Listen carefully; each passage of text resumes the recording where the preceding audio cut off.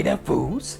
Big T here, back with another video, and it's been kind of a minute since I did like a standalone video, not some kind of live stream thing, but here I am, and here to talk about Mario's 35th anniversary, new games, new hardware, and stuff like that coming for Mario's anniversary, Mario themed obviously, as well as the big thing of the announcements was 3D All-Stars collection, which is something that's been speculated on for a while, rumored going back until like I think February when the rumor started on that. So took a while, but it's finally been confirmed. Before we get into the gist of that, just want to say that I believe that the reason that it's happening now has to do with obviously the pandemic and the fact that likely Nintendo wanted to put this stuff out during E3 of this year. Obviously it got canceled, so we didn't have that, and just COVID and whatnot, the way things have been going down kind of slowed down a lot for what Nintendo probably planned on doing, so things probably got pushed in the next year because of that, and that looks pretty likely, seeing that not part of the collection, but the port of Super Mario 3D World is going to be coming out early next year, and I believe that probably would have ended up being like the holiday title this year. And if you look at the 3D All-Stars collection, which is a big contingent about that, is that it's limited. We'll get into that in a second, but that also is being pushed into next year as far as when the end date for that collection being available is. So we'll talk about that in a minute. So, other things happened, like they showed stuff for, they showed a new piece of hardware, the, what is it called? The Game & Watch Mario anniversary item, as well as Mario Kart Home Circuit, which looked really cool. Not going to work for a lot of people because you may not have the flooring necessary to make that happen. I do, so I'm still on the fence of whether or not to get it or not. It's a little bit expensive, but it's some pretty cool tech, so I might check that out. But the main topic in this video here will be about the 3D All-Stars collection, and I say All-Stars in quotes because it doesn't really live up to the original All-Stars. Now, you guys know, I'm pretty sure you do, that Super Mario All-Stars launched originally on the Super Nintendo, and it was a collection of 4 games, which was Super Mario Brothers 1, Super Mario The Lost Levels, which is basically Super Mario 2 Japan, Super Mario 2 North America, which was the kind of conversion of the Doki Doki Panic game, as well as Super Mario Brothers 3. Really nice collection. And the thing about this collection, it wasn't just a collection. North America, we obviously got a new game, as well as some other regions outside of Japan, and Super Mario The Lost Levels. But all of these games were completely ground up remakes for the Super Nintendo. They used the Super Nintendo's hardware to bump up the visuals very nicely, while still keeping in tone of the original games, but also the music was also enhanced with the Super Mario, or with the Super Nintendo's Sony chip, which was much better than the NES's chip. So they were full-on remakes, and we really hadn't had much of that, especially not in the compilation situation. You had games where they come out with other versions on newer hardware. I can think of like Pac-Man for Atari 2600 versus Pac-Man on the 5200, which was basically the arcade game finally in a home console. So we've had situations where games have been bumped up due to hardware, but not like a compilation of classic titles coming from the last generation being remastered or remade, not just remastered, but being remade. So we hadn't really had that, but that happened on Super Nintendo, and it was a excellent collection that was obviously a lot of effort went to it. Every game was completely remade from the ground up, and so there was a lot of effort put into that. And Nintendo was kind of funky on on celebrating, you know, anniversaries and whatnot, 10th anniversaries or 20th. Most people celebrate it like this: they go 10th, they go 20th, maybe they'll do 15th. I think was it Capcom that did 15th? But you know, usually 10-year spans. Sometimes 30, you know, the fifth. Usually 25th, 35th. I don't remember too many people doing 45th, but I haven't been around long enough to, you know, validate that or not. But yeah, so that's how Nintendo does it. But they don't really get too ginned up about it. They've traditionally not been big on anniversaries, but they realize fans love that kind of stuff, so they do it.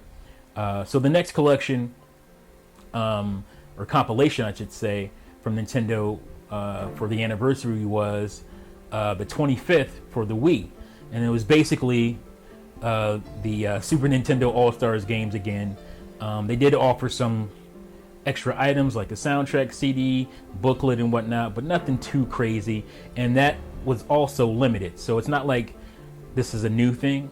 They actually limited the 25th anniversary stuff as well. And they also did something for the 30th anniversary. You can probably make it out behind me. If not, I'll put some video up. That's when the first Super Mario Maker came out. And, you know, they kind of did somewhat of a celebration. They had certain types of amiibo to celebrate the 30th. And here we are with the 35th. And maybe they just felt like they didn't want to go too far into it because they had just done the 30th. And I actually forgot, that they did celebrate the 30th to some degree. Although I think the Year of Luigi was probably a little bit better. But the compilation, like I said, for the 35th it's not a bad thing because a lot of people have a problem with the price of it, right? Like $60. And I'm like, well, you know, if you really look at it, it's not that big a deal, especially now because prices are really shooting up for retro games. And so Sunshine used right now on GameCube is worth more or cost more to purchase than this compilation. Sunshine has been, I've seen it for $70, $75 used for the GameCube, and it doesn't have the enhancements. There are enhancements for this version for Super Mario Sunshine, Super Mario 64, and Super Mario Galaxy. Now I'm not sure, I have to really look this up. I probably should have done it before I started this video, but I don't think Super Mario 64 looks better or is maybe slightly enhanced over the Virtual Console port of it. There is on Wii U, there's a Virtual Console Super Mario 64 game that you can download. I believe you can still download it today. And it sharpens the textures. Like, it doesn't look like it looked on the N64 coming through AV. It is certainly much sharper, much cleaner than it was on the original console. So I'm not sure how much above that Super Mario 64 has been enhanced, if at all. So there's that. So I'm not really sure what much they've done other than like map the controls to the new controller for Switch. Also, if you look at Super Mario Sunshine, it has been enhanced. It has, I believe it's 1080p, 30 frames, or is it 720? I'll put it on the screen if I'm not sure about that. But it's still 30 frames per second. Same thing for Mario 64. So there was no bumping up the frame rate, which would have been really cool for both of those games, and very doable for both of those games. So I'm not sure why that didn't happen. And then you have Mario Galaxy. Now, Mario Galaxy to me is pretty funny because, you know, the title of this video has to do with Nintendo being lazy with this compilation, and Mario Galaxy had already been bumped up to 1080p for the Galaxy, look at me, not the Galaxy Shield, the Nvidia Shield for the Chinese market, because Nintendo made some kind of deal between them and Nvidia, having to do with the chip that goes into the Switch, obviously. And so there's some Nintendo games on I almost said Galaxy game, the Nvidia Shield in China. So that game was already converted to HD. So other than mapping the controls again, not a lot was done. If anything was done, that's probably it. They just mapped the controls. So if you look at it like that, the fact that Mario 64 really hasn't had anything done to it over the Wii U Virtual Console game, and Mario Galaxy was already HDified, if you will, they really haven't done much. And if you look at the case itself, there's nothing, there's no doodads and doohickeys, the stuff that we like as collectors, that would warrant, or would bring upon a valid, a viable looking compilation, celebration, if you will, release. And that is my biggest issue with it. So Super Mario Sunshine, you've seen many times that I'm talk about not being the biggest fan of that game. I still believe it's a good game. It's just, it doesn't hold up to 3D Mario games. To me, that they're on a different echelon. So it doesn't hold up for me. Mario 64, like I already have the Virtual Console Mario 64 that I brought over from my Wii to get, I think it was $1.50 to add Miiverse functionality to that, and it looks very clean. But here, the thing with me even is that I really don't play that version. It was just, I was caught up in the hype of downloading these legacy games on my Wii U, but I rarely play them. I'd rather pull out the old hardware and play them that way. Not everybody's going to do that, but like I said, there's still those Virtual Console versions of the game out there. So that's not enough for me. Whatever tiny enhancements there are over the Wii U, if there are any, I'm not even sure at this point. But there you go with that. And then Mario Galaxy, sure, it's great to have that game in 1080p, but Mario Galaxy was already 60 frames per second, and I have, I play that game a lot, with Wii motion controls, and so I'm used to playing it that way. I'm kind of a connoisseur, if you will, of playing Nintendo games mostly on original hardware. Pretty much only Nintendo games that I care about playing on original hardware, because a lot of times Nintendo puts these little nuances in their games that are specific to their hardware. Like it would be weird for me to play a 3DS game on a different system, or like virtually, or like playing DS games, because there's a bunch of DS games on Wii U that you can play. It just feels weird. It's like I said, Nintendo puts these little hardware quirks for their software to make you want to play it that way. But yeah, it's still you're still able to play it without that. But it's just me personally. So me personally, looking at those factors based on the 3 games, I have no need to purchase this. And the fact that they didn't beef up the package, if you will, it's like I'm, what incentive do I have to purchase this? Not a whole lot. There's not any incentive. That would have been an incentive to maybe purchase it had they given some kind of collector feel to this. It's just, a cart and a regular Switch case, and the, if I want to nitpick, which I usually would do when things to me aren't, how do I say this? When I see negatives, not horrible negatives, but when I see negatives, because I look at things, is it practical for me to buy? And then I have no, basically, based on the things I just said. So once I do that, I'm like, okay, well, look, even like the artwork, the cover artwork is pretty bare bones. It's just like little slithers of the original packaging, or which is fine. It's not that big a deal at the end of the day. Like I said, that's a nitpick, but that's what you do. You nitpick when you have all these other factors that don't work out for you. So I'm like, I don't really have a problem with the price as much as I have a problem with what I call the lassitude of this release. Had they added in Mario Galaxy, give it more value, things that would have gave it more value, or the Mario 64, had it been like the DS version bumped up to these visuals, that would have been a really nice incentive, because that's almost an entirely new game if you've played Mario 64 DS. So stuff like that. I saw Scott DeWaz's video from 3 years ago, and he had 3D World as well as 3D Land in his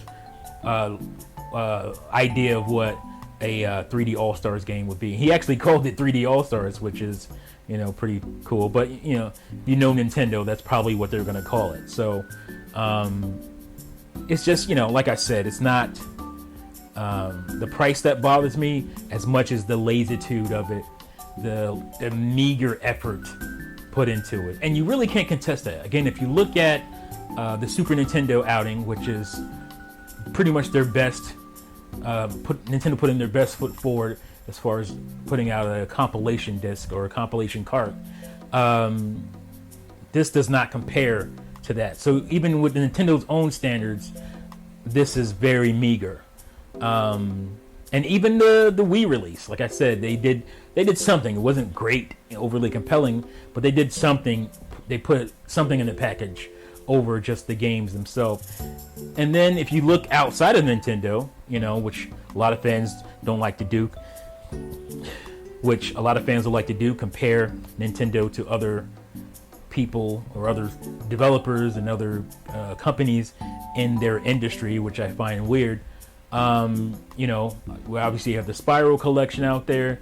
You have the Crash collection.